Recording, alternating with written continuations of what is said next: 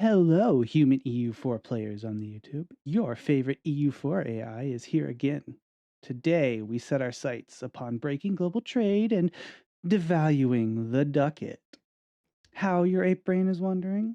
The same way we break any Europa Universalis 4 campaign by taking over the world. I conquered the world as Portugal, is an Iron Man. And currently, our trade is 244,784 ducats.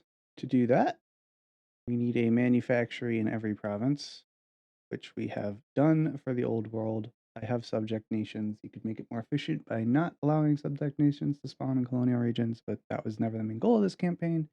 It just kind of happened. We have furnaces everywhere that they can be built. So we have all the centers of trade companied. We have one in each state trade companied. And that's to try and get us the most goods produced we can get. So if you go with Western Africa here, you can see that my total goods produced efficiency is 513%. The important trade company buildings are going to be trade power, because that'll give you more per goods produced in your non-trade company provinces as the trade company has more trade power, and the 0.30 flat goods produced. That is a base modifier, so you get 1.5 Diplo Dev in all of your provinces. I mostly went with trade value modifier plus 10%. In hindsight, it makes sense in the farther nodes to go trade steering 50%, because that 50% is going to be multiplicative much better over here. And in the early nodes, we're going to have it be the trade value, I think, is more valuable. I could be wrong on that. Let me know.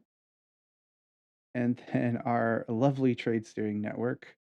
So if we start in Lhasa, we go Gunju, Burma, into Siam, up to Canton, into the Philippines, over to the Pacific, through Nippon, into Honshu, into Malacca.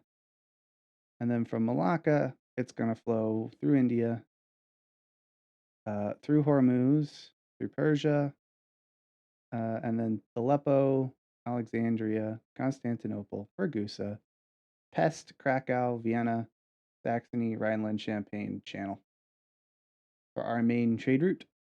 And that is so we get the most merchant power bonuses along the way and the most trade steering bonuses along the way. To further that, we're going to form some nations. So the first one I went for was England. You get trade efficiency, but you also get the New World Domination modifier from this here mission. That gives all of your subjects new modifiers that will give you more money. You also get some trade efficiency and trade steering down the mission tree, some free development, and you get a free trader here, which will give you the 10% trade efficiency going down. That guarantees it. Next, I went for the Dutch. They give you a boatload of monarch points that will vastly help you in your tag switching endeavors and culture switching. They also give you trade efficiency, goods produced, and trade steering, as well as ship trade power propagation, which does help in steering away trade from your New World colonies. Next up, I form Malaya, which, as you can see, doesn't actually give you any new missions, but what you do get are new ideas, and these are better than the Portuguese ideas, and as a formable, are pretty good. They give you 10% goods produced, 25% trade steering, and 15% trade efficiency, which for what we're doing is perfect.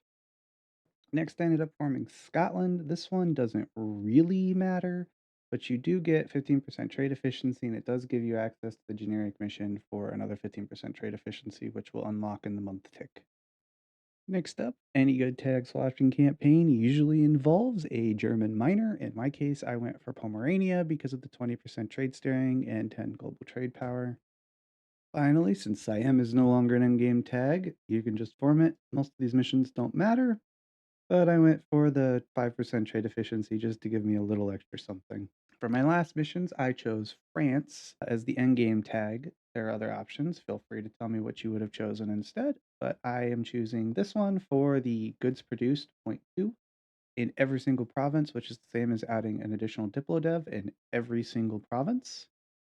And you also get a bunch of trade efficiency due to their colonial missions going down, 10% here, 5% here, etc.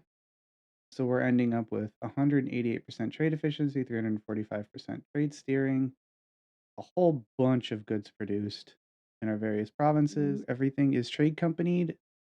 Forming France forces your capital into Paris. I relocated my capital into Greenland because it is not in Western Europe, so I can trade company Western Europe, and it is not in any of the other trade company regions. Having done this, we currently sit at 340,000 ducats in the English Channel, and this is before we get into the real shenanigans that'll really boost up our trade steering. I have converted myself over to a plutocracy and changed my government, so now I can form trade leagues. And in doing so, I have released a city state in every single trade node I own that I could release it in. So we also get some 5% goods produced. We get some trade steering down here and curtail the burgers. And we also importantly get a additional diplomatic policy, but that puts our trade steering up to 670% and 200% trade efficiency. We haven't had the month tick yet, but we are at 342,000 ducats in the English Channel. For ideas, I went for trade, economic, religious at the end. Quantity or quality also helps, and quantity also helps. They give us policies, so we get trade efficiency, we get goods produced, we get goods produced, we get trade efficiency and trade steering from trade and expansion. We get trade steering, 25% from trade and defensive. We get trade efficiency 15% from trade and quality. This is why I went for the additional Diplo. I also get trade efficiency 10% in a military idea. So if we go to the month tick, we are now making negative 1.6 million ducats in the English Channel. So if we just follow our trade node, you can see the value progressing as it goes through. By the time we hit Malacca, it's almost 20,000 ducats. We're at 28. And it's just going to keep increasing massively as we go through our various nodes. And then here's where the fun part starts. We go from Krakow, where we're making 1.6 million ducats. In Vienna, we're now making negative 2 million ducats. And then as we leave Saxony, we're now making a positive 1.4 million ducats. And then 1.9 million. And then as we get into Champagne, we go back into the negative. So we're now losing 1.6 million ducats. So the English Channel is now 1.6 million ducats in debt, which puts our total income to negative 600,000 because we're losing 630,000 ducats a month from trade.